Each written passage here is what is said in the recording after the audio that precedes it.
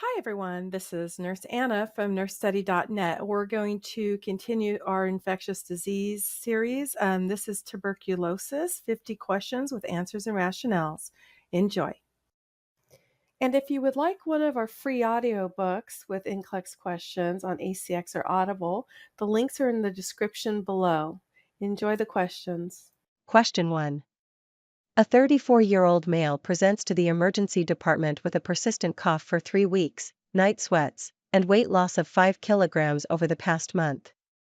His chest X-ray reveals cavitary lesions in the upper lobes, and a sputum sample tests positive for acid-fast bacilli. Which of the following is the most appropriate initial nursing action? A. Administer prescribed isoniazid, rifampin, pyrazinamide, and ethambutol, RIPE. B. Initiate airborne isolation precautions immediately. C. Schedule the patient for a bronchoscopy to confirm the diagnosis. D. Educate the patient on the importance of completing the full course of treatment. Correct answer, B.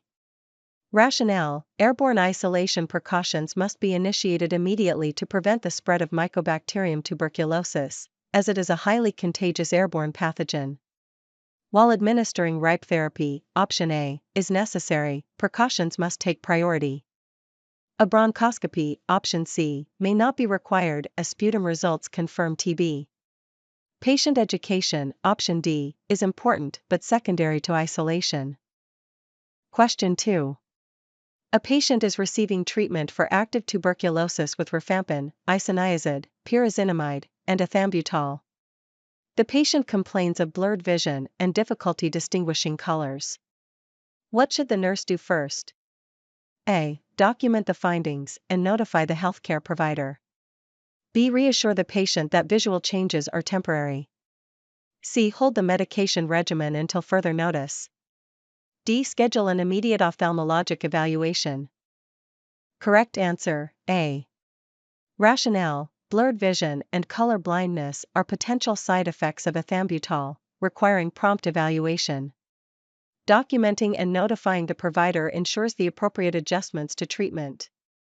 Reassurance, option B, is inappropriate without confirmation. Holding medications, option C, without guidance may lead to treatment failure. Scheduling an evaluation, option D, is important but not the immediate action. Question 3. A patient with latent tuberculosis is started on isoniazid therapy. Which lab result indicates a potential complication that the nurse should report to the healthcare provider? A. ALT, 125. B. Creatinine, 0.9 mg per deciliter. C. Hemoglobin, 14.2 grams per deciliter. D. White blood cell count, 9,000. Correct answer, A. Rationale: an elevated ALT, alanine aminotransferase, level suggests hepatotoxicity, a known side effect of isoniazid. Reporting this finding is crucial to prevent severe liver damage. The other lab values, B, C, D, are within normal limits and not directly related to isoniazid toxicity. Question 4. A 52-year-old woman with a history of HIV and poorly controlled diabetes mellitus is diagnosed with active pulmonary tuberculosis. Which factor increases her risk of treatment failure? A. History of alcohol use disorder. B. Concomitant HIV infection. C. Use of metformin for diabetes management. D. Non-adherence to annual chest X-rays. Correct answer, B. Rationale: concomitant HIV infection significantly increases the risk of treatment failure due to immunosuppression and potential drug interactions. Alcohol use, option A, and non-adherence to screenings, option D, are risk factors but less critical. Metformin use, option C, does not directly affect TB treatment. Question 5. A patient diagnosed with multi-drug resistant tuberculosis, MDR-TB, is started on bedaquiline therapy. Which adverse effect should the nurse monitor for closely? A. Tinnitus and hearing loss. B. Prolonged QT interval. C. Peripheral neuropathy. D. Hyperglycemia. Correct answer, B. Rationale: Bedaquiline can cause QT prolongation, which can lead to life-threatening arrhythmias. Regular ECG monitoring is required. Options A, C, and D are not common adverse effects of bedaquiline. Question 6. A patient with active tuberculosis reports tingling and numbness in the extremities after 3 months of isoniazid therapy. Which intervention should the nurse anticipate?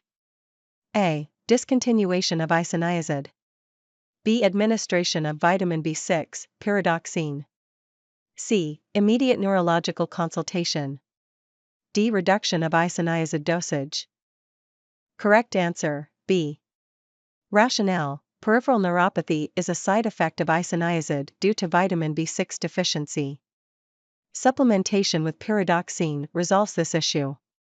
Discontinuation, option A, or dose reduction, option D, is unnecessary if supplementation is effective. Neurological consultation, option C, is not typically required. Question 7. A nurse is caring for a patient with latent tuberculosis who is hesitant to start treatment. Which patient statement indicates the need for further education? A. Latent TB can turn into active TB if untreated. B. I only need treatment if I start having symptoms. C. I can still spread TB to others even if I feel fine. D. I will need regular monitoring during treatment. Correct answer, B. Rationale: latent TB requires treatment to prevent progression to active TB, even in the absence of symptoms. Patients with latent TB are not contagious, option C, and monitoring, option D, is necessary during treatment. Option A is correct information. Question 8. A patient with extensively drug-resistant tuberculosis, XDR-TB, is receiving delamanid and linezolid. Which finding requires immediate intervention? A. Platelet count, 75,000. B. Hemoglobin, 13.5. C. AST, 35. D. Potassium, 4.0. Correct answer, A. Rationale: linezolid can cause bone marrow suppression, leading to thrombocytopenia. A platelet count of 75,000 warrants immediate intervention to prevent bleeding complications. The other values, B, C, D, are within normal ranges. Question 9. A 29-year-old pregnant patient is diagnosed with active tuberculosis. What is the best approach to pharmacological management? A. Delay treatment until after delivery. B. Start isoniazid, rifampin, and ethambutol immediately. C. Avoid ethambutol and use pyrazinamide instead. D. Use rifampin monotherapy until the second trimester. Correct answer, B. Rationale: pregnant patients with active TB require immediate treatment with isoniazid, rifampin, and ethambutol to prevent maternal and fetal complications. Delaying treatment, option A, or using monotherapy, option D, is unsafe. Ethambutol is safe during pregnancy. Question 10. A nurse is reviewing discharge instructions with a patient who has completed 6 months of TB treatment. Which statement by the patient indicates a need for follow-up teaching? A. I should avoid alcohol to protect my liver. B. I need to schedule regular follow-up sputum tests. C. I can stop wearing a mask since I'm no longer contagious. D. I may need additional treatment if my symptoms return. Correct answer, C. Rationale: patients who have completed TB treatment are typically no longer contagious. However, wearing a mask may still be necessary in certain environments, such as healthcare settings, to prevent reinfection. The other statements, A, B, D, are correct. Question 11. A nurse is monitoring a 43-year-old patient undergoing directly observed therapy, DOT, for multi-drug resistant tuberculosis, MDR-TB. The patient reports nausea and fatigue. Lab results show elevated liver enzymes and a bilirubin level of 3.2 mg per deciliter. What is the priority action for the nurse? A. Administer an antiemetic as prescribed. B. Hold the prescribed medications and notify the healthcare provider. C. Reassure the patient that side effects are common during TB treatment. D. Encourage the patient to increase fluid intake to improve liver function. Correct answer, B. Rationale: elevated liver enzymes and hyperbilirubinemia indicate possible hepatotoxicity, a known side effect of TB medications. Holding the medications and notifying the provider ensures patient safety. Antiemetics, option A, or reassurance, option C, are inappropriate without addressing hepatotoxicity. Increasing fluids, option D, will not address the underlying issue. Question 12. A patient with active tuberculosis is prescribed rifampin. During a follow-up visit, the patient complains of orange discoloration of urine and contact lenses. What should the nurse include in the patient education? A. This is an expected side effect and not harmful. B. You should stop taking rifampin immediately. C. This could indicate kidney damage and requires testing. D. Switch to glasses to prevent permanent staining of your lenses. Correct answer, A. Rationale: rifampin commonly causes orange discoloration of body fluids, including urine and tears. This is harmless and does not require discontinuation. Option B is incorrect, as stopping the medication could lead to treatment failure. Kidney damage, option C, is not indicated by this symptom. Switching to glasses, option D, may be practical, but is not the primary educational point. Question 13. A patient with active pulmonary tuberculosis is prescribed RIPE therapy. 2 weeks into treatment, the patient develops joint pain and elevated uric acid levels. Which medication is most likely responsible for this condition? A. Rifampin. B. Isoniazid. C. Pyrazinamide. D. Ethambutol. Correct answer, C.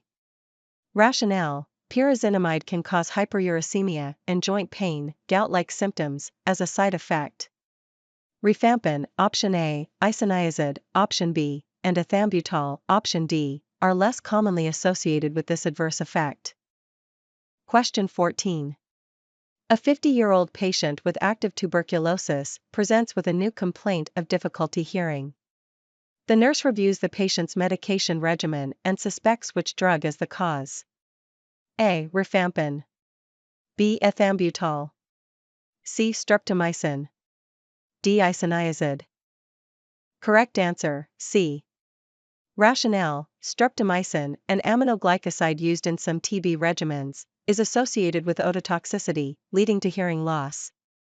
Rifampin, option A, ethambutol, option B, and isoniazid, option D, do not typically cause hearing-related issues. Question 15. A patient on treatment for tuberculosis reports persistent nausea and tingling in their hands and feet. Which lab test should the nurse anticipate being ordered to identify the cause? A. Complete blood count, CBC. B. Serum potassium. C. Liver function tests. D. Vitamin B6, pyridoxine, level. Correct answer, D. Rationale: tingling in the hands and feet is a sign of peripheral neuropathy, often due to a vitamin B6 deficiency caused by isoniazid. Testing vitamin B6 levels helps confirm the diagnosis. Options A, B, and C are not relevant for identifying the cause of neuropathy in this case. Question 16. A patient with latent tuberculosis begins treatment with isoniazid. The nurse includes which dietary instruction in the teaching plan to prevent potential side effects? A. Avoid foods high in tyramine, such as aged cheeses and cured meats. B. Increase your intake of calcium-rich foods. C. Limit caffeine consumption to prevent gastrointestinal irritation. D. Avoid foods high in potassium, such as bananas and oranges. Correct answer, A. Rationale: isoniazid can interact with tyramine-rich foods, potentially causing hypertensive reactions. Options B, C, and D are not directly related to isoniazid therapy. Question 17. A 62-year-old homeless patient is admitted with severe weight loss, a chronic cough, and hemoptysis. The patient's Mantoux tuberculin skin test is 15 mm. What is the most appropriate next step for the nurse? A. Collect a sputum sample for acid-fast bacilli, AFB, testing. B. Administer the Bacille Calmette-Guerin, BCG, vaccine. C. Repeat the Mantoux test in 48 hours for confirmation. D. Start prophylactic isoniazid therapy. Correct answer, A. Rationale: a sputum sample for AFB testing confirms the diagnosis of active TB. Administering the BCG vaccine, option B, is not appropriate in active cases. Repeating the Mantoux test, option C, is unnecessary as a 15 mm in duration is positive. Prophylactic therapy, option D, is only for latent TB. Question 18. A nurse is reviewing infection control measures with a patient who has active tuberculosis. Which statement by the patient indicates a need for further teaching? A. I should wear a mask when I'm around others in public.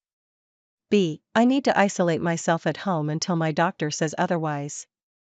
C. I can stop using precautions after 2 weeks of starting treatment. D. Family members should get tested for tuberculosis as a precaution. Correct answer, C. Rationale: precautions should continue until the patient has negative sputum cultures, which may take several weeks or months. Stopping precautions after 2 weeks, option C, is incorrect.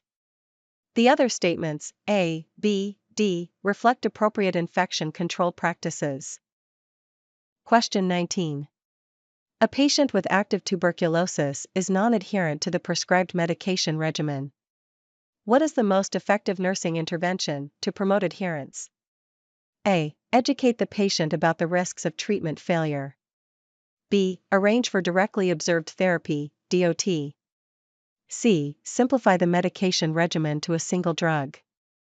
D. Schedule weekly follow-up appointments. Correct answer, B. Rationale: directly observed therapy, DOT, ensures the patient takes medications under supervision, improving adherence and reducing the risk of treatment failure. Education, option A, and follow-ups, option D, are supportive but less effective. Simplifying the regimen, option C, is not recommended in TB treatment. Question 20. A nurse is caring for a 68-year-old patient with a history of TB who presents with new symptoms of night sweats and hemoptysis. Which diagnostic test is most important to confirm a reactivation of tuberculosis? A. Chest X-ray. B. Sputum culture for acid-fast bacilli, AFB. C. Interferon gamma release assay, IGRA. D. Tuberculin skin test, TST. Correct answer, B. Rationale: sputum culture for AFB is the gold standard for confirming active TB. Chest X-rays, option A, and IGRA, option C, can support the diagnosis, but do not confirm it. A TST, option D, cannot distinguish between latent and active TB. Question 21. A patient with active tuberculosis has been on RIPE therapy for 2 months. The nurse notes that the patient's liver enzymes remain elevated, and the patient reports ongoing abdominal pain and fatigue. What is the most likely cause of these findings? A. Adverse effects of rifampin and isoniazid. B. Development of a drug-resistant strain of tuberculosis. C. Poor adherence to the prescribed treatment regimen. D. Malabsorption of TB medications due to gastrointestinal issues. Correct answer, A. Rationale: rifampin and isoniazid are hepatotoxic and can cause elevated liver enzymes, abdominal pain, and fatigue. While drug resistance, option B, and non-adherence, option C, are concerns, they do not explain these specific symptoms. Malabsorption, option D, is less likely unless other GI issues are identified. Question 22. A nurse is teaching a group of nursing students about the differences between latent and active tuberculosis. Which statement made by a student indicates a need for clarification? A. Patients with latent TB are not contagious. B. A positive sputum culture confirms latent TB. C. Latent TB can progress to active TB if untreated. D. Latent TB requires treatment to prevent reactivation. Correct answer, B. Rationale: a positive sputum culture confirms active TB, not latent TB. Latent TB is typically identified through a positive tuberculin skin test, TST, or IGRA without symptoms or positive sputum cultures. The other statements, A, C, D, are accurate. Question 23. A patient recently diagnosed with active tuberculosis is prescribed RIPE therapy. The patient asks the nurse why multiple medications are necessary. What is the best response? A. Taking multiple medications prevents the risk of drug resistance. B. Each drug works on a different type of bacteria in your body. C. This is the standard treatment for all infections, including TB. D. Multiple medications reduce the duration of your treatment. Correct answer, A. Rationale: using multiple drugs in TB treatment reduces the risk of drug resistance and ensures effective eradication of Mycobacterium tuberculosis. Option B is incorrect, because TB is caused by a single organism. Option C is misleading, as this is not standard for all infections. Option D is inaccurate, multiple drugs do not necessarily shorten the treatment duration. Question 24. A patient on TB treatment reports dark-colored urine, jaundice, and fatigue. Which nursing intervention is most appropriate? A. Educate the patient about increasing hydration. B. Withhold medications and notify the healthcare provider. C. Administer anti-nausea medications as prescribed. D. Continue therapy and monitor symptoms closely. Correct answer, B. Rationale: dark urine, jaundice, and fatigue suggest hepatotoxicity, a known adverse effect of TB medications such as isoniazid or rifampin. Medications should be withheld, and the provider notified. Options A and C do not address the underlying issue. Option D delays critical intervention. Question 25. A patient with active tuberculosis asks about the importance of follow-up sputum cultures after starting treatment. What is the most accurate explanation? A. Sputum cultures confirm that you are no longer contagious. B. These tests ensure that you don't develop side effects from treatment. C. The cultures monitor your lung function during treatment. D. These tests help determine the effectiveness of your medications. Correct answer, D. Rationale: follow-up sputum cultures assess the effectiveness of TB medications and ensure the patient is responding to therapy. While cultures can indicate a decrease in contagiousness, option A, this is not their primary purpose. Options B and C are unrelated to sputum culture testing. Question 26. A patient with active tuberculosis is on second-line medications due to drug resistance. Which finding indicates a serious complication of these medications that requires immediate intervention? A. Difficulty hearing and balance issues. B. Mild nausea and occasional vomiting. C. Peripheral neuropathy and numbness. D. Headache and slight dizziness. Correct answer, A. Rationale: second-line TB medications like aminoglycosides, e.g., streptomycin, can cause ototoxicity, leading to hearing loss and balance issues, which require immediate intervention. Mild nausea, option B, and dizziness, option D, are common but less concerning. Peripheral neuropathy, option C, requires monitoring but is not an immediate emergency. Question 27.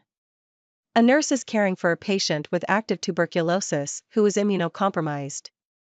Which symptom would prompt the nurse to suspect extrapulmonary tuberculosis? A. Persistent cough and chest pain. B. Night sweats and unintentional weight loss. C. Severe back pain and neurological deficits. D. Hemoptysis and shortness of breath. Correct answer, C. Rationale: extrapulmonary TB can involve the spine, Pott's disease, causing back pain and neurological symptoms. Options A, B, and D are more indicative of pulmonary TB. Question 28. A patient on tuberculosis treatment complains of persistent vision changes, including blurred vision and difficulty identifying colors. Which medication is the most likely cause? A. Rifampin. B. Isoniazid. C. Pyrazinamide. D. Ethambutol. Correct answer, D. Rationale: ethambutol is associated with optic neuritis, leading to vision changes and difficulty distinguishing colors. Rifampin, option A, isoniazid, option B, and pyrazinamide, option C, are not commonly linked to these effects. Question 29. A nurse is providing discharge instructions for a patient with active tuberculosis. Which statement by the patient indicates the need for further teaching? A. I need to take all my medications exactly as prescribed. B. It's okay to stop my medication once my symptoms improve. C. I should avoid crowded places until I'm no longer contagious. D. My family members should be tested for tuberculosis exposure. Correct answer, B. Rationale: stopping medications early can lead to treatment failure and drug resistance. Patients must complete the entire course of therapy even if symptoms improve. The other statements, A, C, D, are correct. Question 30.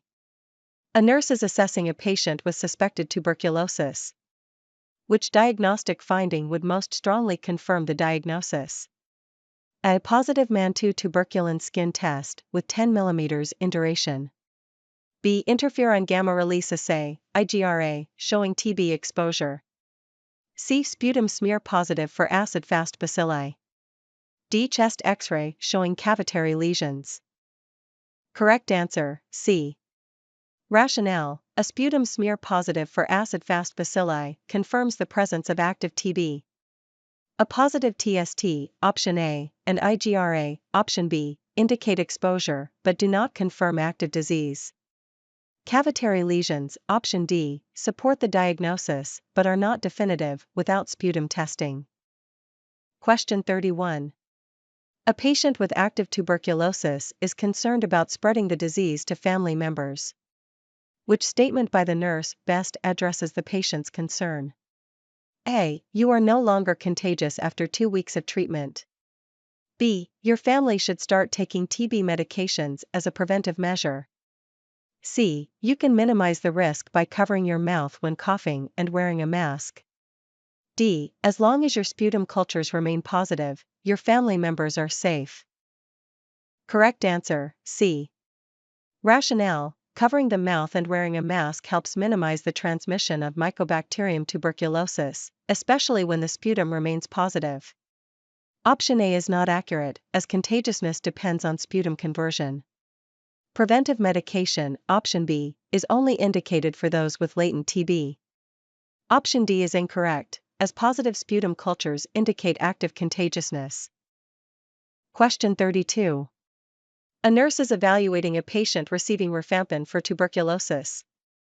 Which lab result requires immediate attention? A. Platelet count, 120,000. B. White blood cell count, 10,000. C. ALT, 200. D. Hemoglobin, 13 grams per deciliter. Correct answer, C. Rationale: rifampin can cause hepatotoxicity, as indicated by elevated ALT levels. A platelet count of 120,000, option A, is mildly low but not critical. The WBC count, option B, and hemoglobin level, option D, are within normal limits and do not require immediate attention. Question 33. A patient with HIV and active tuberculosis is started on antiretroviral therapy, ART, along with TB medications. Which complication should the nurse monitor for closely? A. Immune reconstitution inflammatory syndrome, IRIS. B. Drug-induced cytotoxicity. C. Severe hypoglycemia. D. Hypernatremia. Correct answer, A. Rationale: immune reconstitution inflammatory syndrome, IRIS, is a potential complication when ART is initiated in patients with TB, as the immune system's recovery can cause a paradoxical worsening of TB symptoms. Options B, C, and D are not typical complications of combining ART and TB therapy. Question 34. A patient diagnosed with latent tuberculosis is started on a 9-month course of isoniazid. Which finding indicates the need for immediate intervention? A. Loss of appetite and mild nausea. B. Yellowing of the sclera and dark urine. C. Intermittent headaches and dizziness. D. Tingling sensations in the hands and feet. Correct answer, B. Rationale: yellowing of the sclera and dark urine are signs of hepatotoxicity, a serious side effect of isoniazid requiring immediate intervention. Options A, C, and D may occur but are less critical unless they significantly worsen. Question 35. A nurse is preparing to administer medications to a patient with multi-drug resistant tuberculosis, MDR-TB. Which combination of drugs is most appropriate for this condition? A. Isoniazid, rifampin, pyrazinamide, ethambutol. B. Bedaquiline, linezolid, levofloxacin, and cycloserine. C. Rifampin, isoniazid, and ethambutol. D. Streptomycin, pyrazinamide, and rifampin. Correct answer, B. Rationale: MDR-TB requires second-line medications, such as bedaquiline, linezolid, levofloxacin, and cycloserine. First-line drugs, option A, are ineffective against MDR-TB. The combinations in options C and D are inadequate for this condition. Question 36. A patient presents with pleural effusion secondary to tuberculosis. Which intervention should the nurse anticipate? A. Immediate initiation of thrombolytic therapy. B. Thoracentesis, to remove excess fluid. C. Administration of intravenous corticosteroids. D. Placement of a chest tube for continuous drainage. Correct answer, B. Rationale: thoracentesis is performed to remove fluid and relieve symptoms caused by pleural effusion. Thrombolytic therapy, option A, is inappropriate. Corticosteroids, option C, may help in some inflammatory TB complications but are not the first intervention. Chest tube placement, option D, is not typically required unless there is significant drainage or complications. Question 37. A patient being treated for tuberculosis reports flu-like symptoms and a red rash on the body. The nurse suspects drug hypersensitivity. Which drug in the regimen is most likely responsible? A. Rifampin. B. Isoniazid. C. Pyrazinamide. D. Ethambutol. Correct answer, A. Rationale: rifampin can cause hypersensitivity reactions, including flu-like symptoms and rash. Options B, C, and D are less commonly associated with these reactions. Question 38. A patient is undergoing treatment for extensively drug-resistant tuberculosis, XDR-TB, and reports severe gastrointestinal distress. Which second-line medication is most likely causing this symptom? A. Levofloxacin. B. Cycloserine. C. Ethionamide. D. Amikacin. Correct answer, C. Rationale: ethionamide frequently causes gastrointestinal side effects, such as nausea and vomiting. Levofloxacin, option A, cycloserine, option B, and amikacin, option D, are associated with other side effects, but are less likely to cause significant GI distress. Question 39. A nurse is counseling a patient who will begin treatment for latent tuberculosis with isoniazid. Which dietary supplement should the nurse recommend to prevent side effects? A. Vitamin C. B. Folic acid. C. Vitamin B6, pyridoxine. D. Calcium. Correct answer, C. Rationale: vitamin B6, pyridoxine, supplementation prevents peripheral neuropathy, a common side effect of isoniazid therapy. Options A, B, and D are not relevant for preventing isoniazid-related side effects. Question 40. A patient with active tuberculosis has been non-adherent to the prescribed treatment regimen. What is the most appropriate nursing intervention to prevent further non-adherence? A. Educate the patient about the risks of drug resistance. B. Recommend shorter treatment regimens to the healthcare provider. C. Enroll the patient in directly observed therapy, DOT. D. Schedule weekly phone reminders for the patient. Correct answer, C. Rationale: directly observed therapy, DOT, ensures that the patient takes medications under supervision, reducing the likelihood of non-adherence. Education, option A, and reminders, option D, are helpful but less effective than DOT. Adjusting the regimen, option B, without clinical justification is not appropriate. Question 41. A nurse is caring for a patient with active tuberculosis who is prescribed a 4-drug regimen, RIPE therapy. The patient reports persistent nausea and vomiting. What is the nurse's priority intervention? A. Administer anti-nausea medication as prescribed before each dose. B. Notify the healthcare provider to adjust the treatment regimen. C. Encourage the patient to take medications with food to reduce nausea. D. Assess liver function tests for signs of hepatotoxicity. Correct answer, D. Rationale: persistent nausea and vomiting may indicate hepatotoxicity, a known side effect of TB medications. Assessing liver function ensures early detection and management of complications.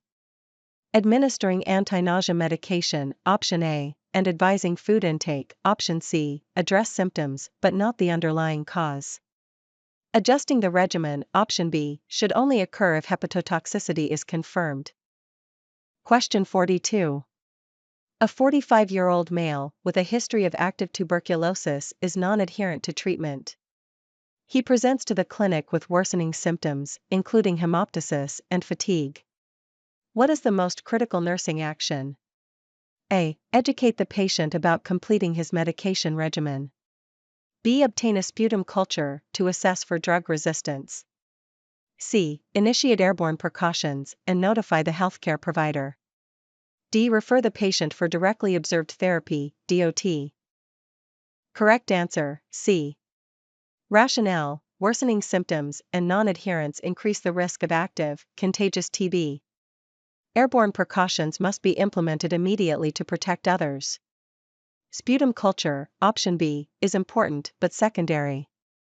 Education, option A, and referral for DOT, option D, are necessary but not the priority. Question 43. A patient with active tuberculosis is prescribed pyrazinamide. During a follow-up visit, the patient reports severe joint pain. Which nursing action is most appropriate? A. Administer an anti-inflammatory medication as prescribed. B. Educate the patient to increase fluid intake to flush out uric acid. C. Notify the healthcare provider about possible hyperuricemia. D. Assess the patient's adherence to the prescribed medication regimen. Correct answer, C. Rationale: severe joint pain in a patient taking pyrazinamide may indicate hyperuricemia, a common side effect. Notifying the provider ensures timely intervention. Administering anti-inflammatory medication, option A, or increasing fluid intake, option B, may help but are not substitutes for medical evaluation. Assessing adherence, option D, is not relevant to this symptom. Question 44. A nurse is caring for a 28-year-old patient with a history of active tuberculosis. The patient has completed 6 months of treatment but continues to test positive on sputum cultures. What is the most likely cause? A. Reinfection with a new strain of Mycobacterium tuberculosis. B. Development of multi-drug resistant tuberculosis, MDR-TB. C. Noncompliance with medication during treatment. D. Incomplete diagnostic testing before initiating treatment. Correct answer, B. Rationale: persistent positive sputum cultures after 6 months of treatment suggest multi-drug resistant tuberculosis. Noncompliance, option C, may contribute but is not the direct cause of drug resistance. Reinfection, option A, and incomplete diagnostics, option D, are less likely. Question 45. A 67-year-old patient with a history of chronic kidney disease is diagnosed with active tuberculosis. Which adjustment to the treatment regimen should the nurse anticipate? A. Excluding ethambutol to prevent optic neuropathy. B. Administering medications at lower doses to prevent toxicity. C. Extending the duration of treatment to improve efficacy. D. Administering medications intravenously instead of orally. Correct answer, B. Rationale: chronic kidney disease requires careful adjustment of TB medication dosages to prevent toxicity, especially for drugs excreted renally, like ethambutol. Excluding ethambutol, option A, is unnecessary unless symptoms develop.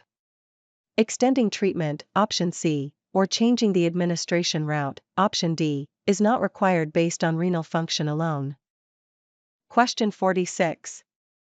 A patient with HIV and active tuberculosis begins a regimen that includes rifampin. What is the nurse's priority assessment during treatment? A. Monitor for signs of hepatotoxicity. B. Assess for interactions with antiretroviral therapy. C. Evaluate for symptoms of peripheral neuropathy. D. Monitor sputum cultures for conversion to negative. Correct answer, B. Rationale: rifampin can interact with antiretroviral therapy, reducing its effectiveness. Assessing for interactions is critical to ensure both TB and HIV are managed effectively. Monitoring for hepatotoxicity, option A, and sputum conversion, option D, is important but secondary. Peripheral neuropathy, option C, is less common with rifampin. Question 47. A patient diagnosed with active tuberculosis reports yellowing of the skin and sclera 2 months into treatment with isoniazid and rifampin. Which lab test should the nurse prioritize? A. Complete blood count, CBC. B. Liver function tests, LFTs. C. Serum creatinine. D. Uric acid levels. Correct answer, B. Rationale: yellowing of the skin and sclera suggests jaundice, likely due to hepatotoxicity caused by isoniazid and rifampin. Liver function tests, LFTs, are essential to evaluate the extent of liver damage. The other tests, options A, C, D, are not relevant to this symptom. Question 48. A patient receiving directly observed therapy, DOT, for active tuberculosis expresses frustration about the inconvenience of daily visits. What is the nurse's best response?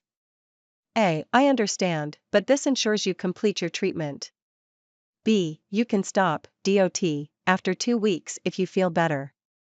C. We'll switch you to a shorter treatment regimen.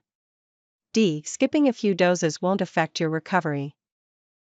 Correct answer, A.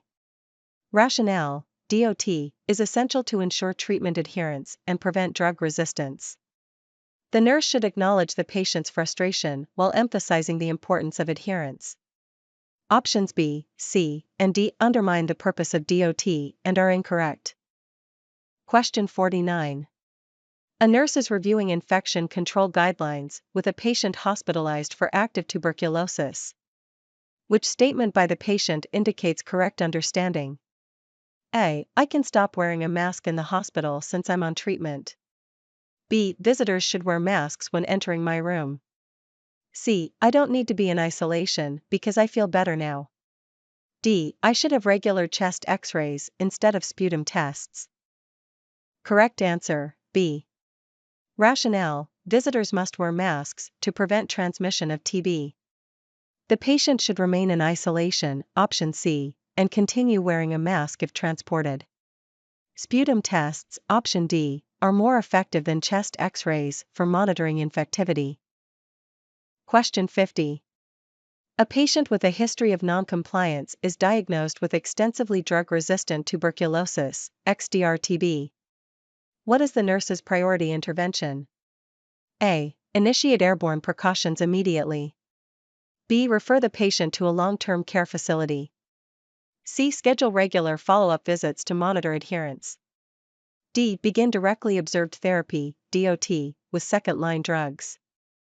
Correct answer, D.